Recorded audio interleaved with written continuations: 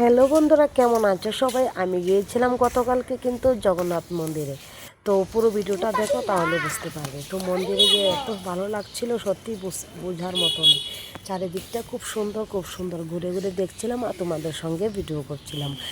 তো বন্ধুরা, first time গিয়ে মানে মন্দিরে গিয়েছি।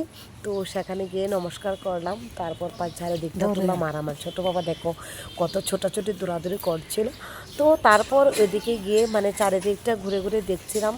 তো তারপর এদিকে গিয়ে আমি একটু ভিডিও বানিয়েছিলাম, একটু ফটো নিলাম, ভিডিও নিলাম। তো মন্দিরটা 3বার একটা রাউন্ড দিলাম, নমস্কার করে করে রাউন্ড দিলাম 3বার। তো কিছু কিছু জায়গা এত সুন্দর, সত্যি গানের ভিডিও তোমরা পাবে। আমি নিজে গান গেয়ে গেয়ে সত্যি খুব সুন্দর সুন্দর ভিডিও বানিয়েছি, আর তোমাদের সঙ্গে কিছু কিছু ক্লিপ তুলে ধরলাম। তো এই যে দেখো, এই যে জায়গাটা, এই জায়গাটার মধ্যে আমি একটা ভিডিও বানিয়েছি। তো এত ভালো লাগছিল, সত্যি বোঝার মতো না আর তোমাদেরকে বলার মতো না। তো আর এই জলের জায়গাটা তো আরও জাস্ট ওয়াও, মানে কি বলবো। এই যে দেখো কত সুন্দর জল, মানে যেখানে ভগবান থাকে সেখানে জায়গাটা সুন্দর হবেই না বন্ধুরা? তো সত্যি আমরা ভগবানকে সত্যি চোখে দেখতে পাই না, কিন্তু ভগবান কিন্তু সত্যি আছে একদিন, মানে সরি, মানে ভগবান কিন্তু আছে, আমরা সেটা বুঝতে পারি না। কিছু মানুষ বিশ্বাস করে না, আমি কিন্তু বিশ্বাস করি। এই যে দেখো, জগন্নাথ মন্দিরেও নমস্কার করে একটু ঘুরে ঘুরে নিলাম। তো তারপর আমরা এদিকে গিয়ে একটু রেস্ট করলাম বসে। তো তারপর এদিকে আবার আসলাম, এসে একটু ফটো নিলাম। তো আমার নিলাম। তো এখানে দেখো কীর্তন করছে একটা দাদা, মানে তো এখানে বসে কীর্তন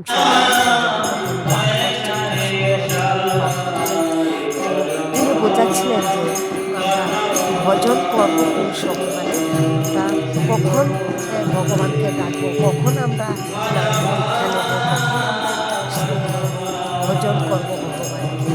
আমরা কি চুল পাকা হলে নাকি চুল কাঁচা হলে? আসলে কি সত্যি, যখন আমরা চুল কাঁচা থাকে, তখন থেকে কিন্তু আমরা ভগবানকে মানে ডাকা দরকার।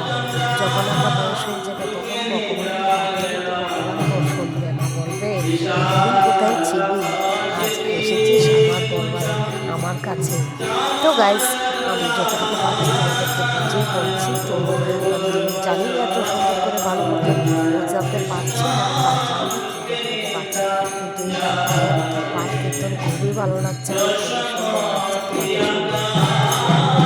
সঙ্গে। তো তারপর এখানে কীর্তন হয়েছে, কিন্তু পুরো প্রসাদ টসাদ সেগুলো নেই। কালকে মানে কি একটা তিথি দিয়েছে, সেখানে ভোগ লাগিয়েছে। তারা বলছিল যে 4টার সময় নাকি আবার কীর্তন হবে, তারপর প্রসাদ দেবে। তো আমরা তো একটু সকাল টাইমে গিয়েছি, তো তখন থাকাটা মানে পারবো না, একটু সমস্যা হয়ে যাবে। তারপর সেখান থেকে বের হয়ে আমরা কিন্তু একটা মন্দির ঘুরেছি, মানে ঘুরে ঘুরে সব মন্দিরও কিন্তু মানে দেখে এসেছি। কারণ আমি তো বাড়ি থেকে আমি খুব কমই বের হই, তোমরা তো জানোই যে জগন্নাথ মন্দিরের কীর্তন শুনেছি, শুনে অনেকক্ষণ বসেছিলাম, গান কীর্তন শুনলাম, পাঠ কীর্তন শুনলাম। তো মাঝখানে কিন্তু আবার কীর্তনের পরে কিন্তু গোপাল নিয়ে এসেছে।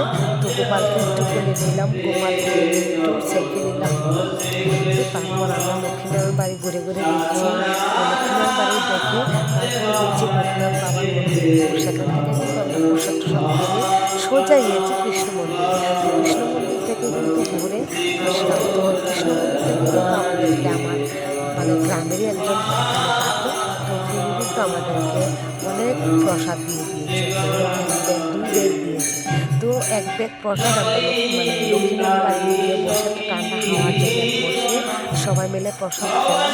খেয়ে তারপর আমরা ব্যাগ প্রসাদ দিয়ে সোজা বাড়িতে চলে আসলাম। তো প্রসাদ যদি পেতে চাও, প্রসাদ খাবে, তাহলে কিন্তু সেই জগন্নাথ মন্দিরে যেতে পারো, কৃষ্ণ মন্দিরে যেতে পারো। আগরতলা, আমাদের আগরতলা কিন্তু প্রচুর প্রচুর মানে মন্দির, লোকনাথ বাবার মন্দির, লক্ষ্মীনারায়ণ বাড়ির মন্দির, জগন্নাথ